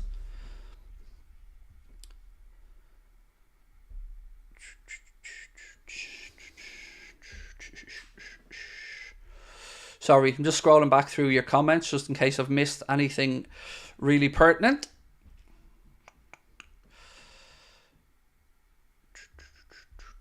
Do you think Liverpool will sign a random player? We've done that one. Keep Diaz for me. Right, let's have a look at that poll. We did ask you your preference for next season. Luis Diaz, Kvaratskhelia, Nico Williams. Now, I'm going to add the other two together. So whatever the score for Kvaratskhelia and Williams is, that's what we're up against. It's keep Diaz or buy one of the other two. That's the real question here for me. So far it's 54% to 46%. But we're going to keep that up till the end of the stream, so feel free to vote away. I'll go through all of the news recap in about 5 or 6 minutes for people coming in a little bit late after the Euros. I'll fly through it all and we'll talk about it from start to finish. Before we do, again a reminder, don't forget you can get your tickets with the link at the top of the chat for our live shows or the QR code on the screen. And this beautiful man, no actually I don't like that image, I prefer the skinnier one. This beautiful man did come to Liverpool Football Club today, and I guess we'll start off with a bit of a recap of what Arne Slot had to say today when he was unveiled in his first interview. He's speaking about replacing Jurgen Klopp. Arne said, yes, I've seen a lot of games of Liverpool, a lot of games of City as well. And when you live in Europe, the Premier League is probably the nicest league to follow. So yes, he's done a great job over here and I'm really happy with that as a fan. But now, as his successor, he left Liverpool in the best possible way, I think. So, a very good team. The fans are very good as well. I'm looking forward to it. Good to hear. Speaking about pre-season, this is what Arne Slot had to say. It's all about getting players fit and getting your game idea, your model into the players. We've quite a lot of time with a few of them, and it depends how far the others will go in tournaments or how much time we have to work with these players. Next up, he was speaking about being him, and he basically said, I'll bring my own things to the table and I know what's expected of me. Speaking about his style of play, he said the playing style will not be completely different from Jurgen, but it will be strange if we do exactly the same things, because although I'm the replacement of Jurgen Klopp, I'm not exactly similar to him. On top of that, we had Arne Slot saying that he hopes to get better than 82 points next season and for Liverpool to be a bit higher up than third. James Pearce then confirmed that as well as Sipke Hulshoff, who's his assistant, Ruben Peters, the performance coach, Arne Slot revealed that Fabian Otte, excuse me if my pronunciation there is incorrect, I'm sure it is joining as Liverpool's goalkeeping coach. He's currently away with the US men's national team after he recently departed Borussia Mönchengladbach, and he will be available to come in after the Copa America. On recruitment, he said, it's been a big part of my time in the last few weeks. Obviously looking to bring in coaching staff, looking to bring in players as well. And then, of course, we got the beautiful picture that you see on the screen of Arne Slot holding the Liverpool shirt. On top of that, we're going to go into the transfer news now, and I'm going to do a rundown. Let me just get comfortable, because I like to do these rundowns in one big, long read. So, I'm going to spend the next 10 minutes or so running through these. Keep your comments coming in. Let us know what you think. But I'm going to run through the transfer news today from start to finish. And it's a long way to go. Let's start off with a centre-back that Liverpool have been linked to. Waldemar Anton of Stuttgart. Obviously, we've spoken about him quite a bit over the past week. He's 27 years of age. He plays as centre-back for Stuttgart, who finished second in the Bundesliga behind Bayer Leverkusen, and it looks like Xabi Alonso has declared him his number one defensive target. Kind of ties into the whole Jonathan Tah situation. Jonathan Tah is stalling on a new deal. Lots of links to him in Bayern Munich, and if Tah doesn't stay, it looks like he's the one, Anton is the one that Leverkusen want to bring in as their centre-back replacement. He's 27, very experienced. He kept 14 clean sheets and about 36 appearances last year. So yeah, I don't think we need to worry about him based off, well, stick with me and you'll figure it out. So next we moved on to an article that said Liverpool risk losing out on Calafiori. So immediately you're like, what? This piece said Bologna defender Riccardo Calafiori has been linked with a move to Liverpool, but Liverpool have reportedly lost some ground in the chase for the transfer. The Echo report that Fabrizio Romano said Juventus have already agreed terms with the centre-back, albeit a deal is far from done. He goes on to say that there is friction between Bologna boss Thiago Motta and Juventus over the way he left the club, while the player's employers believe that they can sell him for a greater fee if he moves abroad. And that's where Premier League money could come in very handy here. So, Juventus probably can't match the fee on offer from a Premier League club or the wages. So if Liverpool do want Calafiori, it seems like we can at least out financially muscle Juventus. Next up was Caoimhín Kelleher. The Athletic have said that Liverpool have put a price on Caoimhín Kelleher of £25 million for anybody interested in bringing the Republic of Ireland international to their club. Goes on to say Celtic are being linked with him as well as a replacement for Joe Hart, but I just don't know if Celtic would be able to pay £25 million for Caoimhín Kelleher. Then we moved on to the really interesting part of today, Leny Yoro and the interest from Liverpool. Fabrizio Romano, with caught offside, said Liverpool are showing concrete interest in Leny Yoro. The belief being if Real Madrid can't make a move happen this summer, Liverpool are willing to move in and they are a strong candidate. Now, of course, it will all come down to the numbers. He has 1 year left on his Lille deal.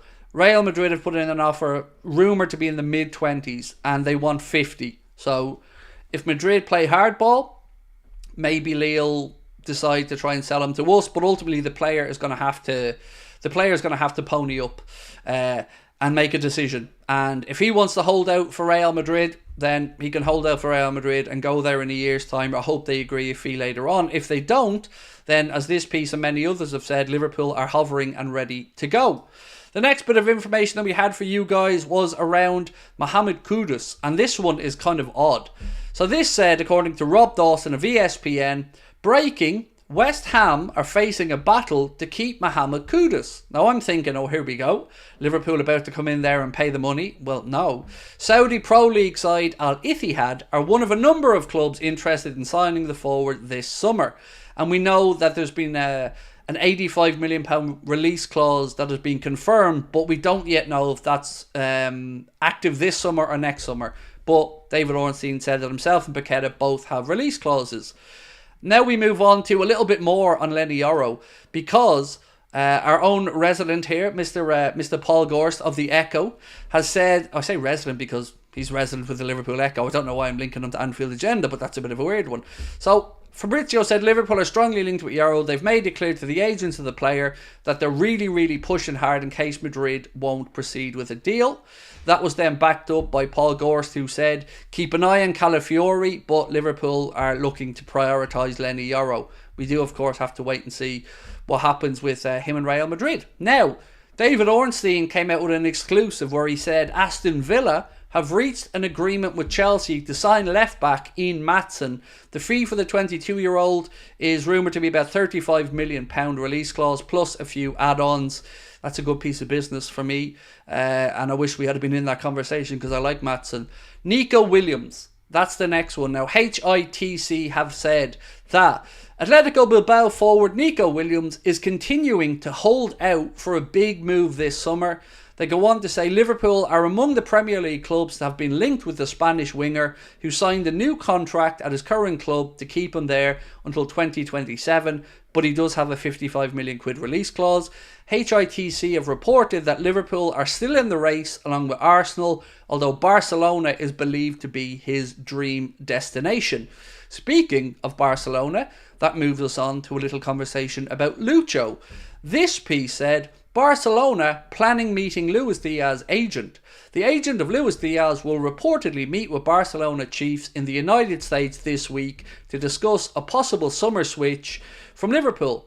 Again, you're going to ask where they're going to get the money from, and the answer is, I don't know, but they keep being linked with him. Deco has made it clear that he's the one that they want to bring in.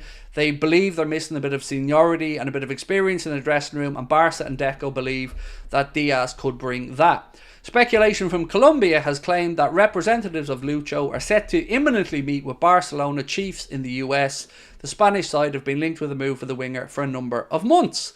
Then we moved on to speak a little bit about Michael Olise and why anybody looking to sign him this summer have a bit of a headache. So if you can get past the hamstring issues that plagued them last season, and if you can get to the £60 million clause that he has in his contract at the minute with Crystal Palace, there's still a problem. He's going to be away until potentially, the 10th of August, which is 1 week before the Premier League season gets underway, because he's going to be representing France in the Olympics, and that competition runs from July 24th until August the 10th. So if they go all the way, then, he's not going to be available for the start of the new campaign for whomever he signs for. Paul Gorst has said to keep an eye on Ricardo Calafiori, but it seems that Leny Yoro is the priority target. Another bit of a fun post that we seen earlier on, though, was Arne Slot just needs one FA Cup in his first 6 years as Liverpool manager to match Mikel Arteta's Arsenal legacy. Yeah, that's mad, though. That really did catch me, because he is spoken about as if he's won everything sometimes in the media. But one FA Cup in 6 years is the truth. So let's wait and see how harshly he's judged in the upcoming season if he doesn't deliver Arsenal a big trophy soon. This piece said Liverpool identify Luis Diaz replacement. Luis Diaz, who's been heavily linked with a move to Barcelona, and apparently Liverpool have lodged interest with Napoli for Khvicha Kvaratskhelia, which we spoke about tonight at length. And we did a poll where we said, would you rather Kvaratskhelia or Nico Williams? And it was really close. 51% of people in the poll, made over 1,000 votes, said they'd rather Kvaratskhelia. 49% went for Nico Williams, so pretty close there. Manu Kone, bit of a blast from the past, but a name linked to us nonetheless. This said Liverpool could finally sign one of Jurgen Klopp's reported targets for half the price that they were quoted. They go on to say in the Evening Standard that Borussia Mönchengladbach have cut his price tag to just £15 million if Liverpool or anybody else were willing to sign him. And then there was another piece from Anfield Index which was just backing up the interest in Kvaratskhelia, saying that in conclusion, Liverpool's pursuit of Kvaratskhelia is a testament to their strategic planning and ambition. As the transfer window progresses, all eyes will be on how this potential move develops, with Liverpool potentially looking to restructure the wide area. So, my friends, that is pretty much a roundup of all today's Liverpool transfer news. Now it's over to you guys to let me know your thoughts in the comment section. What you think is believable, what you think is non-believable, but it's getting interesting. Right, Craig is not Lord, he's a god. No, I am a Lord. I actually do have that title. Yep, I am Lord Craig Houlden of Sealand. I do actually own that paperwork. I am petty enough to have bought that a few years ago. My dream window would be Kudus, Chiesa, Ederson, Anton and Diamonde, said Squeaky Clean. They're all good players in their own right. It wouldn't be my dream window, but I do love Ederson and would very much like him. Mark said 8 minutes 51 seconds. Boom. I have it to a T, Mark, honestly. Connor will tell you I'm a master at coming up with 8 minutes. My wife would tell you differently. And one of the two is lying. I'll let you figure out which one. Would I sign Yoro for 50 million or Williams for 55 million? I'd have both of them, Dave. I think both of them are well worth the fees. And I think in the longer term, both of them would look like a bargain. Darwizzy said, we need to go big in the transfer window to win the league and the Champions League. I tell you what, mate, I love that ambition. I love it. Why not? I want us to win the league and the Champions League as well. I mean, I don't think we'll do both, but that's what we should be starting off to try and achieve. Thank you. Ake Bake said, an answer to your question from before on how much Kvaratskhelia is earning each week. 30 grand. Wow. Well, that puts a different slant on it for me. Because if Kvaratskhelia transfer fee is about £80 million or about €100 million, but he's only on 30 grand a week at Napoli, then you could easily get him up to 120 or so at Liverpool and still make it affordable. Whereas if you look at Nico Williams' reported wage of about £210,000 or €250,000 a week and a €55 million transfer fee, if you amortise those two deals across 5 years, off the top of my head, I don't think there's all that much in the difference. I think both of them could be very achievable. You know, let's look at Kvaratskhelia as an example. If Liverpool gave him 100 grand a week, and they probably get, let's say 120 grand a week, that's £6 million a year on the books. If a transfer fee was £80 million, divide that over the 5 years, that's what? £16 million a year on top of the £6 million salary. That's an amortised fee of £22 million on Liverpool's accounts every season for the 5 years he's at the club. If you did it with Williams, transfer fee is about £10 million a season for 5 years, and the wages about another 10 million if he's on 200 grand a week. So, you know, 16 million versus, or 22 million versus 20 million. It's not a million miles away. So both of those seem very achievable. Yeah. And that's the way they'd be accounted for on the books. And then, of course, we have to talk about the fact that we freed up a lot of money with Thiago Alcantara leaving the club. His wages were rumoured to be about 10 million quid a year. Also, Joel Matip would have been on a fairly decent wage. And if Mohamed Salah moved on, again, that frees up a lot of money.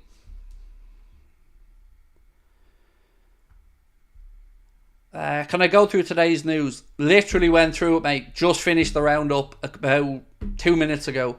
So unfortunately can do, but rewind it back. It's only about, I started it about 14 minutes ago. Do I think Liverpool should loan out Ben Doak and Jayden Danns? Yes to Jayden Danns, unsure of what the best thing to do with Ben Doak is. I wouldn't mind a loan for Ben Doak until January and then maybe look at it again. Jayden Danns, I do feel like the best thing for him to do is go and play regular football and continue to score goals. Bobby Clark, I would keep around, and I've been thinking about this. I think I would keep Bobby Clark around rather than loan him out. McConnell, we know he's going to go out on loan. There's been Championship interest and then League One interest from Birmingham. Kumas, I would imagine a loan for him as well is probably the right move. And there's a few other fringe players who probably go out on loan as well.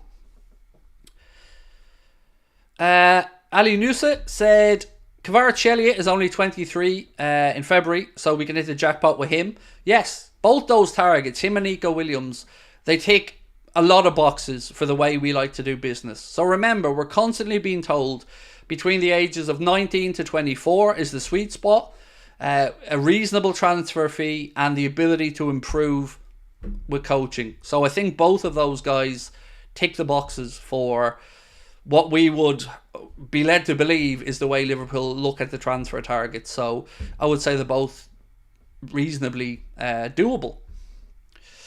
Again, that's what she said. God, I need to stop with this. Danny said, can't wait for the silly season to begin and the transfers to start. Well, it started on June 14th, technically. The window is now open. And it closes, I think, August 30th at 11 p.m, if my memory's right. If we sell Salah with others leave, we have 50 million per year as wage budget. we've freed up a good bit of money. So, as we've said before, Liverpool are in a very, very, very healthy position with regards to FFP and profit and sustainability rules. We're nowhere near being even under scrutiny for those. Chris said, having Kvaratskhelia and Szoboszlai would be fun for the kit man. Fair. Luke said, catching up on tonight's stream and Ten Hag, what the fuck, he's the gift that keeps on giving. I know, it's hilarious. I can't believe that he, like... I read it and I had to reread it, Luke, because I thought, surely I'm reading this wrong. Michael said, Lucho, we need him at Liverpool. We do. But if Lucho goes, it'll be because he wants to go. Liverpool are relaxed on the situation, according to the journalists. He's got 3 years left on his deal, so we're under no pressure in that regard. Liverpool are happy with what they're seeing from Lucho on the pitch, which I agree with. But if Barca come to the table, you don't want an unhappy player. And if he is looking to get to Barca, then, you know, maybe we have to do business. But I'm certainly not advocating for anybody wanting to move Diaz on. It's just that he keeps being linked with moves away. So, the poll at the top is closing in as well. Preference for 24-25, keep Luis Diaz or bring in one of Kvaratskhelia and Nico Williams. And so far, it's 55% to bring in one of the two lads and 45% to keep Lucho. Irfan, how are you, my man? Lovely to see you win. I hope you're well. Who would be your ideal club to loan Dans to? Oh, good question. Southampton. Yeah, off the top of my head, Southampton. And now I'm being greedy there because you're looking at the Premier League. But maybe Leeds United as well. We've got good relationship with Hull. You know, obviously Tyler Morton had been there. Carvalho had been there. So, you know, Blackburn, we've had good relations with. Elliot went there as well in the past. And apparently that went very well. So, yeah, I mean, any of those, perhaps? Akebake said, if I'm honest, I've never really connected with Lucho since he signed, so for me, I wouldn't mind selling him. Vitor, how are you, mate? Said, what do you think about Andre from Fluminense for the midfield? Fulham has thrown an offer soon. I mean, we were looking at him, as you know. We were linked with Andre from Fluminense. We brought in Endo, but the club just mustn't think Andre has all the attributes needed, or we probably would have put a bid in. As you've said, Fulham are looking to revisit. They're going to lose João Palhinha probably to Bayern, and they're looking at Andre from Fluminense as an option. So all I can say is I've not seen anything new in the media or in the papers from us, but we all know we were interested in the past. Would I buy Palmer from Chelsea? No. Don't think we need him. And also he's just moved there. And Todd Bowley ain't going to sell him. And if he is going to sell him, he'd want like 1 billion pound. Yeah, so no, not for me. I'm interested to see though what happens with Fabio Carvalho with Arne Slot. Because Arne Slot wanted to bring Carvalho to Feyenoord previously. So obviously thinks there's a player there. What do we think about another 12:30 kickoff? I'm okay with this one because it's the start of the season and it's not after an international break. So I don't mind TNT Sport picking Liverpool for a 12:30 kickoff on the opening weekend. But when the international breaks come around in September, October, November, I'm looking at you, TNT Sport. Time to be fair. I know Liverpool are popular and all, but stop giving us this shitty kickoff times after the international break, please and thank you. Would we rather have Diaz and Mo with cash or the boy from Napoli plus Juventus winger? Are you talking about Chiesa? I mean, for me, Chiesa and Kvaratskhelia, I would rather. Because Salah, I stand over this. I feel like his best days are behind him. I'm sure he'll still score goals and stuff, but he isn't the player he once was. So for me, I would take the money. Right, now, the poll. Again, it's stuck at the same thing, so we've got a little bit of time left in the stream. So if you want to vote on the poll, it is still open. Have your say. Wouldn't buy Palmer as you're crazy. Am I crazy? No, I'm realistic. I mean, again, just because some lad in the chat says, should we buy Palmer? I mean, there's probably more chance of me showing up here looking like Carlos Puyol with a big curly head of hair. Mate, he's not coming to Liverpool. It's a childish, silly, stupid debate. He's gone there for 1 year, was by far and away their best player. There's no fucking way they're selling him, and there's no way we're paying the 100 and something million quid. So no, I wouldn't buy him, because I'm not a child, and I understand how unrealistic it is. Surely you get my point. Like, that's like saying, Craig, would you take Messi? Well, he's not fucking coming, so...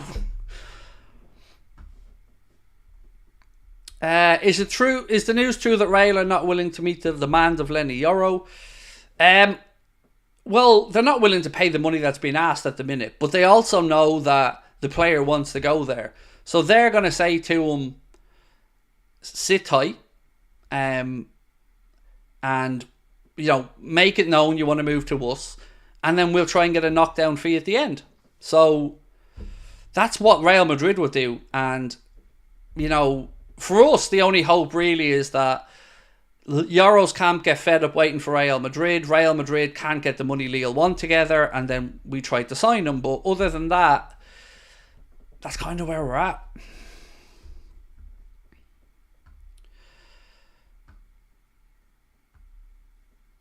The new variant rule. I don't know what that means, Steve. Sorry. Also, the centre-back from Bologna is like a young Nesta.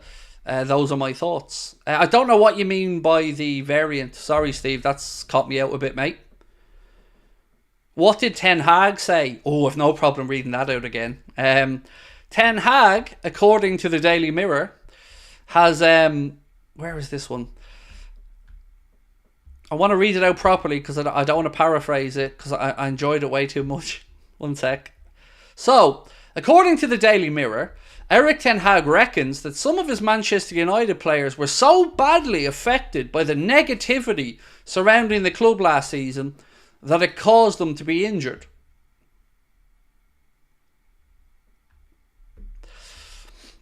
The VAR rule. Again, what VAR rule, Steve? Because there's loads of new VAR things coming in. We've got the semi-automated offside technology. I don't know if there's a specific part of VAR that you're asking me about. Saw a report Nico Williams wants 300k wages. He ain't coming in. Well, he gets 250 at the minute, Tony. Because of the whole weird situation of Bilbao, and they're able to spend a lot of their budget on wages because they don't really sign players for transfer fees. So I would imagine, yeah, you're right. And certainly I agree with you. I don't see any world in which Liverpool would entertain a fee anywhere near that, nor should they, for such a young player. Oh, the semi-offside rule. I love it, Stephen. I think it's brilliant. And anything that limits the impact of the clowns at the PGMOL and in Stockley Park. Yes, I'd rather some computer assistance. Absolutely.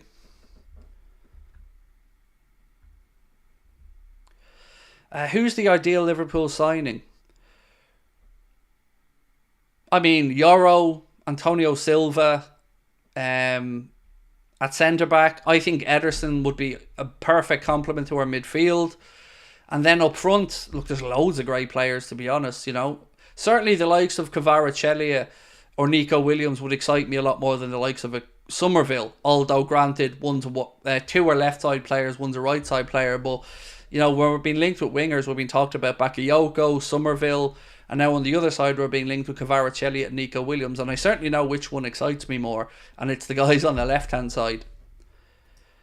Acentino said, hello everybody, what did I miss?